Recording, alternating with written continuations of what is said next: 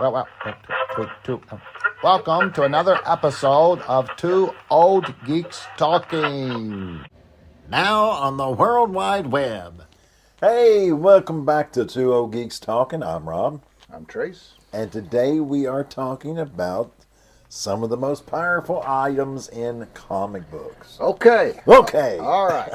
Now, first of all, let me start out by saying that I love you. And you know what? You're not just a brother to me, and I won't slap you anymore while you're taking a drink, but you're also a friend. You're not just a friend.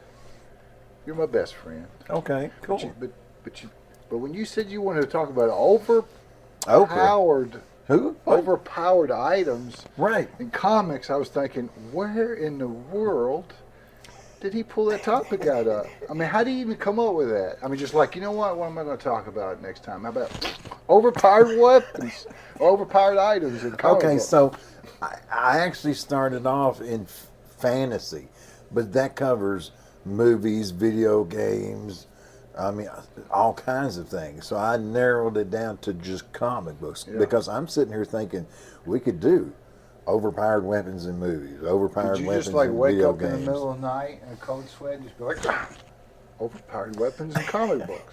No, I think I come across something and I was like, there ain't no way. There ain't no way that you could have something this powerful.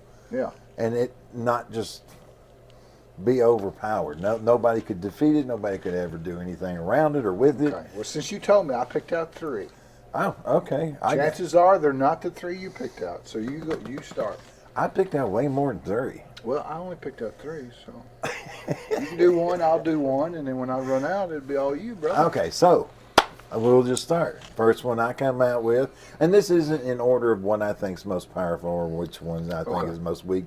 It's just things that I come across, and if you don't come across anything different than what we've come up with, put it in the comments because I'd love to talk about it. So anyway, the first one I come up with is the heart of the universe. You know, leave it to Marvel to come up with something that is more powerful than the Affinity Gauntlet. It basically brings everything to balance, and it's their way of describing why superheroes don't stay dead. And so, because they don't stay dead. Yeah, it was first owned by this ancient Egyptian, and then Thanos comes in. The Egyptian decides that he wants to get rid of heroes, so he starts killing off the heroes with this heart of the universe. And Thanos is upset about it, so he gathers what heroes is left, and he goes and he takes it away from him, and he kills him. And he's like, yeah, and he's like, yeah, and he realizes that, you know, his gauntlet is powerful, but this is the freaking universe that he has. Yeah. So he kills off the rest of the universe, kills off the rest of the heroes, but just by happen chance, freaking Adam Warlock is outside the universe, and he comes back home, and he's like, bruh. So he basically makes him put everything back the way it was. Yeah, yeah. And it's just like, there was a group called the Tribunal. Yeah. I'm not a Marvel person, yeah, but you know a whole lot about it. But I know a whole lot about it. And the Tribunal is like all these overpowered people that watches over the universe. He just killed them too. Yeah, just without even thinking. Just they're gone now. You got a ton of Marvel comics too. Oh yeah. So, and that's what blows my mind is because then if we want to, we can go ahead and lead into the Infinity Gauntlet. Okay. And Marvel has a hard-on for gems, kind of like a weekend Wiccan at a Tennessee roadside fucking mine place. They first called these things the Soul Stones, right? Yeah. All right.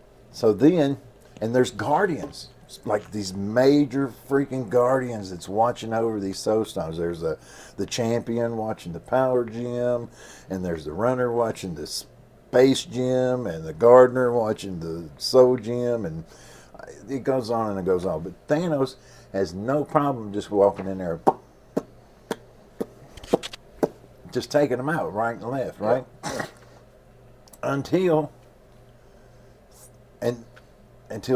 Adam Warlock comes back around, bad boy, and Thanos had already snapped his finger and killed off half the universe. Yeah. And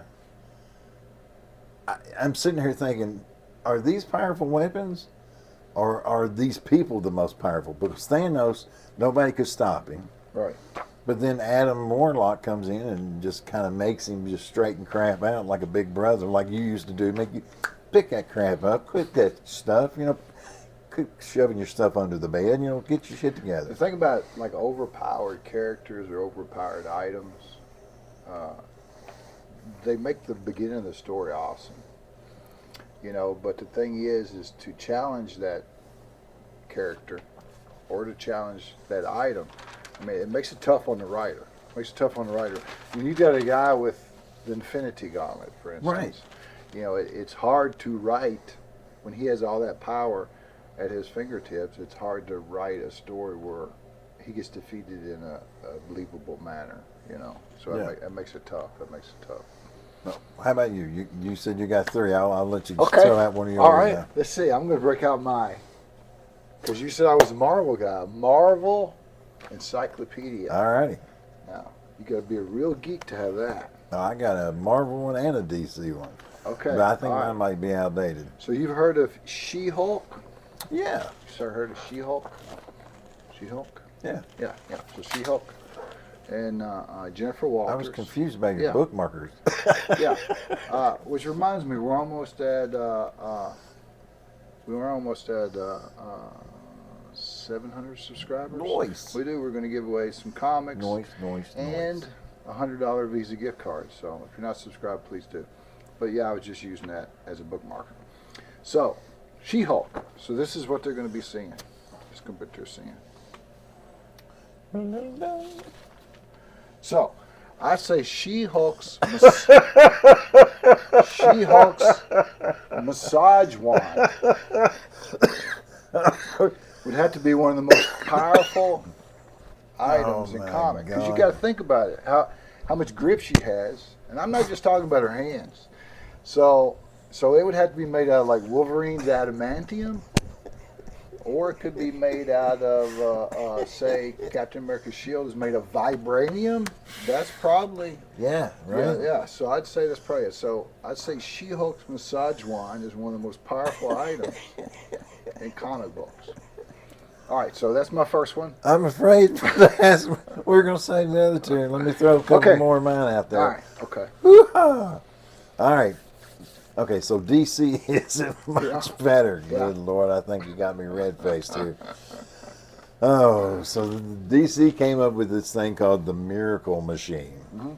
And it basically turns thoughts into reality, which in itself is crazy. So back in 1968 in Adventure Comics, it was stolen.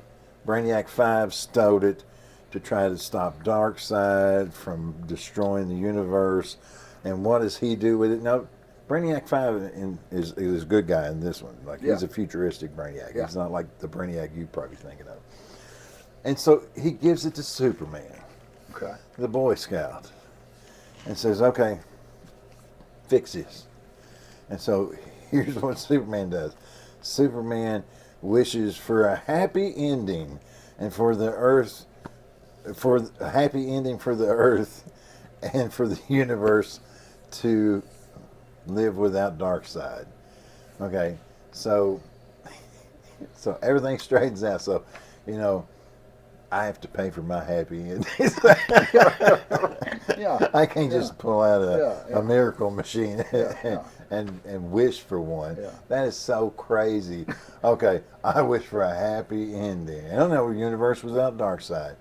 Well, lots of times they use an item like the Miracle Machine, or they'll use some type of a multiverse thing to try to straighten up mistakes they've made or different paths they've chosen. And like Crisis on Infinite Earths was supposed to straighten out the DC universe. So oftentimes they'll use something like that to try to take all these crazy storylines and bring them in together. Right. I think you're going to see that in the MCU with the multiverse. Going forward, they're going to bring in the X-Men into where the Avengers are at and all that stuff. So Okay. so So number 4 for me, this Yeah. is our 4th weapon, yeah. is Don't forget, I got 2 more. I know I'm Okay. gonna do a couple and I'll let you do yours. Okay. All right. Okay, so number 4, is a power ring. Not just any power ring, not the green one, not the red one, not the yellow one, not the blue one, but the white power ring, the one ring to rule them all. Yeah.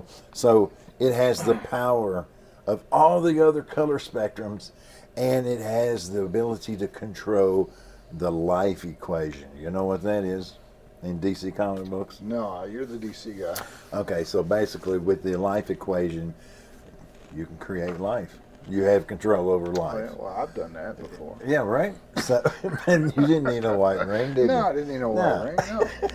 We've had too much of me today. So I always thought that was an overpowered thing. Anything that lets Yeah. you have control over life. All right. You said that like you're. I'm excited. I don't know what to expect okay. after number 1. I'm Okay, kinda so let me get out kinda my spooked. Marvel Encyclopedia. Because I'm the Marvel guy. All right. So let's see. I'm gonna say. Oh, we've already done that one. So we know the Thing, right? Right. Thing. Yeah. Ben Grimm. Ben Grimm, right. Ben Grimm, Fantastic Four. First appearance, number one, 1961. I Clobbered wish I down. had it, but I don't. So this is the picture they're seeing. So it would be Ben Grimm's B-Day. Now think about it. I got a hairy butt, and it takes some effort to keep that thing clean. Can imagine if you were made of rock like Ben Grimm. Yeah. And you get all those crooks and crevices in there and everything. There's Right. no way the most yeah. expensive toilet paper Yeah, it's called a or wet naps would take care of it. So you'd have to have a B-Day. And I mean, bidet. It's called a bidet. are you sure they need a B-Day? Yeah, you country redneck. But anyway, he B-day. weighs I was like, what he the weighs hell? 500 pounds. So I mean, that would have to be A pressure washer. yeah. Well, I mean, no, you got set on it. Nah, you just get the You little know, robot it to would sit there take and go. a reed making some unstable molecules or something, to create that thing to hold up 500 pounds. Yeah. So anyway, the Thing's B-Day would be my second one. Bidet. Yeah. Okay. B-day. Okay. I was like, his birthday? His B-day? Okay. All right, so the next overpowered item or weapon in the universe is the Sword of Superman. I don't know anything about that. Right? Rarely anybody does. So in Superman Annual number 10, they wrote a story to where Superman was getting his ass handed to him, right? Yeah. But at the beginning of time, at the explosion of the Big Bang Theory, there was this molten plasma, and it formed into a blade, and it basically had the destiny to have one ruler, one owner, and it was flying through space and for centuries and centuries, and for some reason unknown to me, it was connected to Jonathan Kent, Yeah. and so it was trying to make his way to him, and it has an S on the hilt. Oh, it does. Yeah, Wow. it has the S What's on the the hilt. chances? Yeah, right. And so the thing is so it finally makes it to Superman. Superman's getting his butt handed. There's a villain called Chromus that is threatening the Earth, and Superman takes the sword and it basically makes him into a god, makes him even more powerful than what he already is, unstoppable. Yeah. What do you call it? Omnipresent, omnipowerful. Yeah, omnipowerful.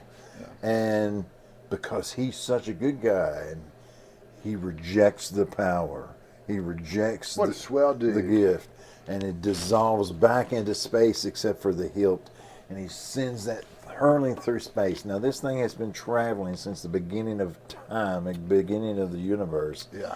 And he's like, nah. So was it destiny or was it just a fluke? Because but in the comics it was like he proved himself that he's above all Yeah. this and blah blah blah blah blah. Nah, no, he That just just sounds like bad writing. yeah, right, exactly. All right, so the next one, this one blew my mind. I got one more. I know I'm doing two, then I'll give you a chance to do one. The Spear of Destiny. Have you heard of the Spear of Destiny? Yeah, yeah. Isn't that supposed to be the spear that stabbed Jesus in the side? Right, pierced Yeah. the side of Yeah. Christ during the crucifixion. So, All Star Comics number 20 comes. The DC created it, and it was during the Golden Age, and it was kind of their way of explaining why the Golden Age heroes did not travel into Germany and take out the Nazis and Hitler, because Hitler. I always wondered about that. Yeah, I always right. wondered why the Golden Age heroes didn't travel to Germany and take out the Nazis. Yeah, right. I was like, I was up all several nights Yeah, thinking why didn't about Superman just fly over there? that. Yeah. So what Just- did they come up with? Okay, so Hitler collecting all these artifacts throughout the years. Yeah, Indiana Jones. I saw that. Right, ended up with the spear. And the spear wards off all magical users and Superman. That was how it goes. Oh. It can hold off all magical users and people that's endowed with this and Superman. Because apparently, if any of those superheroes or magic users had made it over into Europe or traveled into Europe to get Yeah. to him, Yeah.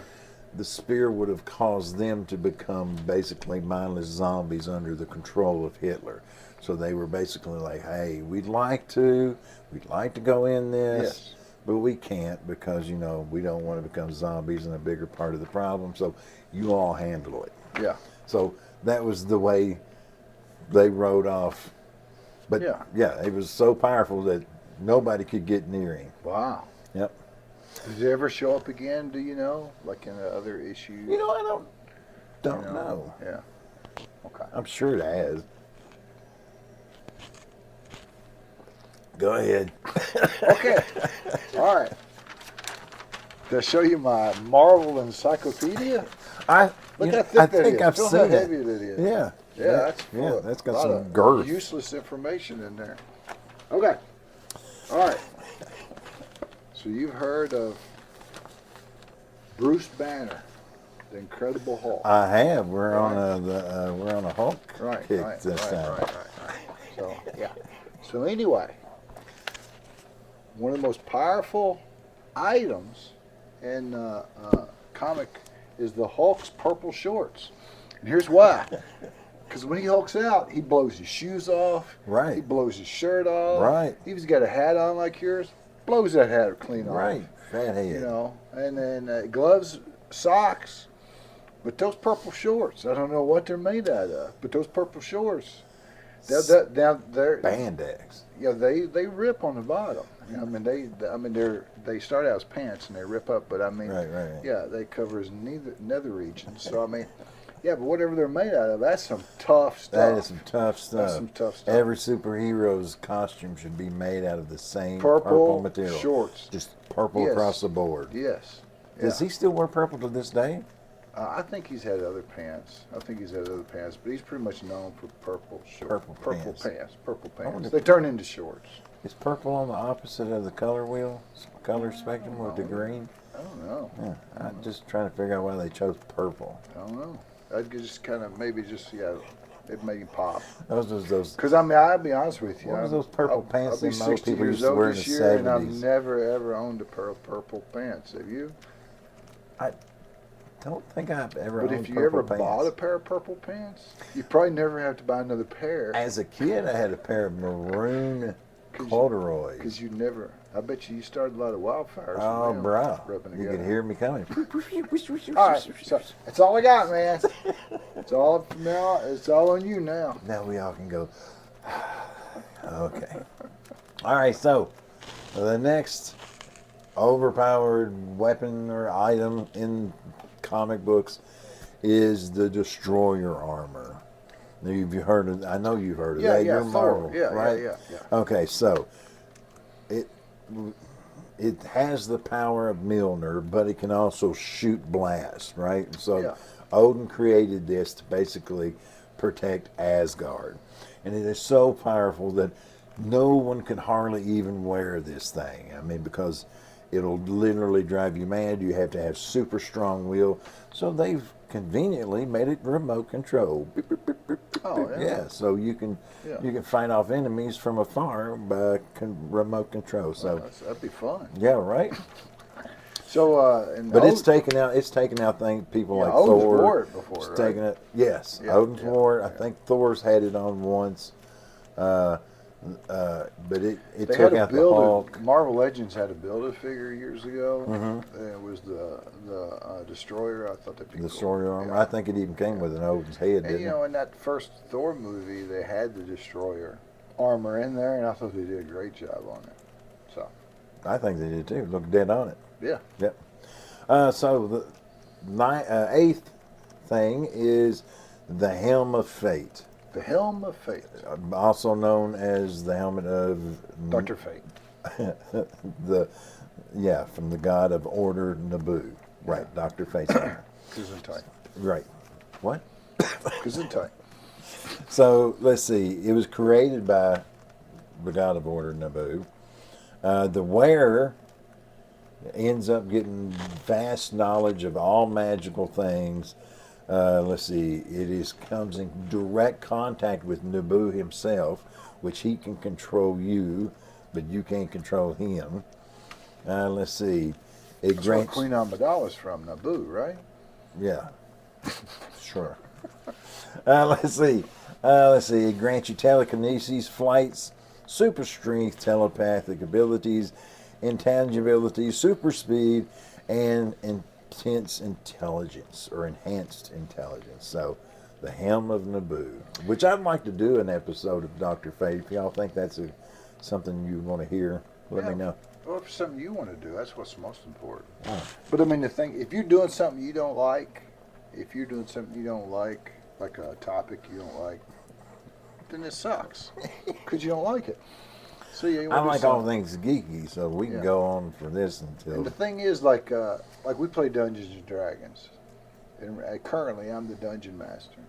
But if you add an overpowered weapon to the game, you've ruined the game. You ruined it. I mean, you know, all the fun's out of the game because you can just do anything, anytime. And so you have to be careful about that. It would have to be the same way anytime you introduce something like that in comics. And I think that's why when they introduce something like that, Mm-hmm. it just goes away. You don't ever hear about it again. You know, and the reason being is because, you know, you have to have a challenge there. Right. Or it's not fun.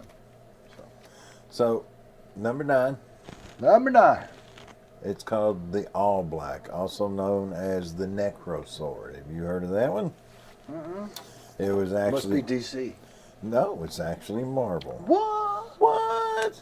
Yeah, well, you've actually seen it in a movie if you watched Thor all the Dark Thor. World? Yeah, Oh yeah, it was it. Yeah, It's called so- All Black. yep. I was it's called called the All something Black. else in the movie. Probably the Necro Sword, No. God Killer Sword. No. Oh, you talking about the what? Gore the God Butcher carried? Yeah. Oh, I tried to block that movie out. It sucked. So it sucks was so bad. created by Yeah. called Yeah, it was traumatic. but it was created by the god of symbionts, the first symbiont ever in comic books. Yeah, created that sword. Created that sword, and so it was created from his own shadow and a dead celestial that he had destroyed or killed. Yeah. So it absorbs the power of every god that it kills. So it doesn't just kill them, it absorbs their power. So as it moves through the universe, Just more powerful. it just gets more and more powerful. Let's see. The good and the bad thing is it gives you immortality. That's a good thing, right? Yeah. As long as you're wielding it, you're living forever. The bad thing is it's going to drive you mad and make you have bloodlust to where you want to kill everything and everybody around you. Well, pretty much anything you take has side effects. Yeah, I mean, yeah. It's usually written on the side of the bottle, Yeah. though. What Well, if like on the side of this blade I- it says, Yeah, may, they used to may say, take this for hot flashes, which my wife is having now. Yeah, right. But take this for hot flashes. May cause But it may bloodlust. it may cause hot flashes. I'm thinking, what the hell? Why would you take some for hot flashes that may cause hot flashes? Anyway, drugs. Drugs. Yeah. You got a love and hate Yeah, I know. relationship with Yeah. drugs, right? All right, so this is a good one because after studying this, I was like, there's got to be something outside of Marvel and DC. So I went to Black Horse, and what I found there, Dark Horse. or Dark Horse, yeah, Yeah. I'm sorry, my bad. That's what I'm here for. Yeah, The Right Hand of Doom. I actually reached out to my daughter and her boyfriend, and he mentioned it, and I was like, that, You talking about Hellboy's glove? yeah, Hellboy's glove. Yeah. And so it was given to him at birth by, how do you say his name? Azael? Oh yeah. His father. So. Yeah. And basically, the glove itself is basically to bring down the end of time, right? Apocalypse. Yes. Okay. But while wearing it, it makes you basically immortal. It makes you all powerful, and Yeah. and you kind of can live forever while wearing it. So I mean, it's a pretty powerful weapon or item to be wearing. Yeah. Yeah. But wonder why it don't come in a pair. What why it's just one? Well, so you could pick your nose or wipe your butt, or Well, I mean, the thing is, Michael Jackson just had one glove, and Hellboy's just got one I wonder why glove. they put it on the right hand and not the left hand. I don't know. Because a lot of people are right-handed, not left-handed. Yeah. How come it only has 3 fingers or Yeah. 4 fingers instead of 5? That's weird. Because everybody has 5 fingers. Okay, and the last. Oh man, last one, drum The roll. last. Did you save the best for Most last, or did you powerful- just save the last for last? I saved the best for last All right. because No, I think I saved the best for first. I think the most powerful weapon in the universe, and this takes up a whole page of notes that I looked at. Oh my gosh. It's called plot armor. Oh yeah. Have you ever heard of plot armor? Yeah, yeah. You see a lot. You see a lot It's of used in every comic book company. Everybody uses plot armor to get these characters in and out, to do them, make them have abilities that they would never be able to have, and to make things make sense. And it's just, you kind of like, okay, for instance, Black Panther number 26. Black Panther number 26. Who's he up against? He's up against Norrin Rad, better known as Silver Surfer. Oh, okay. Right? Yeah, yeah, right. Silver Surfer. Yeah. Like the moon, the You man. would have a chance against him. Right, the man can move at the speed of light. Yeah. He can make himself turn into basically a supernova, turn intangible, powerful. I mean, he can manipulate matter itself. And somehow the Black Panther got this buck in a headlock and made him start whining, "Unhand me!" Yeah. I'm sitting there thinking, Well, here's my problem with plot armor. So I mean, like, there's been tons of paperback books about Star Trek or Star Wars or Indiana Jones. But when you're reading that, like when you're reading, let's say for instance Star Trek, which I'm a Star Trek fan. When you're reading Kirk and Spock go down to the planet with a bunch of guys in red shirts or what have you, you you know nothing's going to happen to Kirk and Spock. Right. It don't matter what kind of danger what kind of peril they put them in. You know they're going to be fine. And as a reader, or even as watching a TV show, it takes something away, because you know they're in danger, and you might be thinking in the back of your mind, "Wow, how are they going to get out of this?" But the fact is, you know they're going to get out of it. plot armor. Yeah, plot armor. Whereas I think you take somebody like G.R.R. Martin, one of the slowest writers in the history of authors. Yep. But he would take a main character and he would kill him. And so what that did, he did that so much in his first few books that when you saw a character in peril, one that you had come to Really appreciate. that you started feeling anxiety. You started feeling like, oh, I like this character. I don't want him to die. I don't want him to be killed Right. off. And so as a reader, or even as a watcher of the show, if you hadn't read the books, it made it more entertaining. So Okay, well, I don't want to pick on just Marvel, so I'm going to bring up one from DC. There's an episode where Catwoman is with Batman. I believe the three fastest Flash, Speedster. Yeah, you had Wallace West, and Barry Allen, and they're all under somebody's mind control, and they're coming at Batman and Catwoman to take them out. Okay. Now we're talking about guys that can phase through solid objects. Right. Right. Batman cannot react, but yet Catwoman, pow, knocks out one, pow, hits another one, pow. And the last panel is these three speedsters laying around at her feet in somebody's front yard. Girl power. Girl power. Girl power. Maybe she had her top unzipped. Did they distract her? Distracted her Good for a man. second. Yeah, right? It's that latex. You use what God give you. Okay, so the two biggest offenders of plot armor, and they know, they do it. They know they're doing it. Yeah. Deadpool and Batman, the two biggest offenders or users of plot armor. Yeah. Deadpool literally breaks the fourth wall and will tell you that no matter what happens, if he gets blown up into 1,000 little pieces, gets his head chopped off, in the end, something's going to come along to save his butt. Batman, no, he ain't as obvious and don't come out and tell you like Deadpool, but the dude drop kicked the Spectre, and I don't even know if you know who the Spectre is. He's a white, green cape. Like this omnipotent being, and Batman just drop kicks him, and then he's taking on people like Darkseid with his Omega beams and stuff like that. He one time took out the Justice League. Now I'm not talking about the time where he come up with all these contingency files to innate their powers. I'm talking about he stood fist of cuffs, no weapons, ended up taking out all of the Justice League. Yeah. No mere mortal's going to be able to do you that. as a huge Batman fan. Right, love and Batman. And a lifelong comic book reader. Right. When you read that, is it satisfying for you? No. Yeah, right. I mean, not for me. Right. Some people be like, Batman just being able to take out the Justice League. Yeah. You got too much common sense. If it makes sense to where, this is something that he has planned, he's got things set up, he spent a fortune to get his hand on kryptonite, or he's done this or done that, he's prepped for those situations. Yeah. But just for him to just kick off his belt, throw off his cape and say, do the Bruce Lee, bring it? Yeah. No, they're gonna waylay him.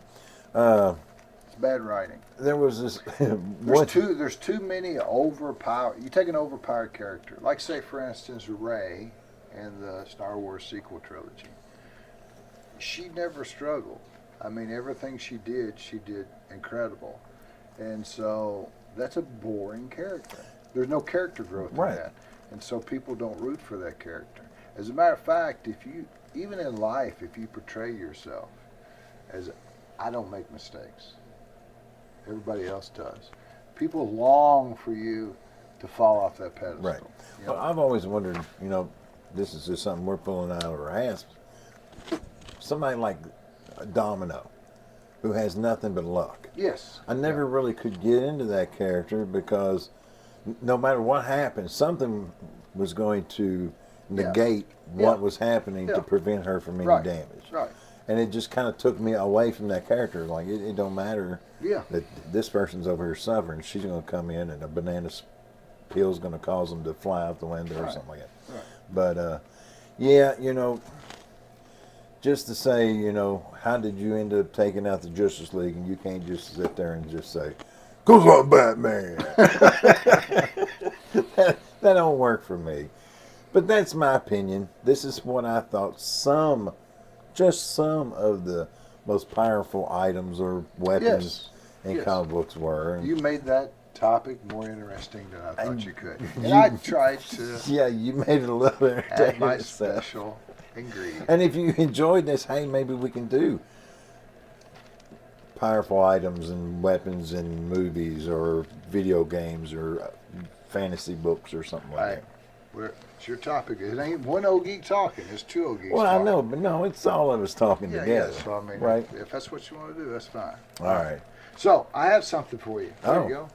So, this is a gift from one of our subscribers. Really? It's a pin that says Episode 1. These were released, I think Episode 1 came out in 1999. I'm not for sure. Right. But these were released when that first Phantom Menace was Yeah. put out.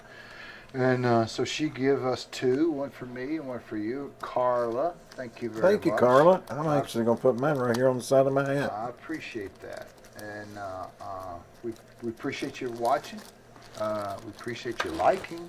And we really appreciate you subscribing. And if you subscribe and if you comment, there's a chance for you to win that prize we're giving away at 700 subscribers. So please do that. And you done? Yeah. All right, I'm done. We're done. We're done. We are done. We are done. Look at that. We're done. Hey, I actually don't look bad. No. Yeah. You gonna leave it on there? Yeah, I can't feel it. It's Yeah. not like it's pushing on the side. Yeah, cool. Why not? I've got actually. You see that right over there on those pins I have on my comic book table. Yeah. I'll probably put it into that. You know. Yeah. I've got a few. Add it to your collection. The Mandalorian one you give me. You remember that? Nope.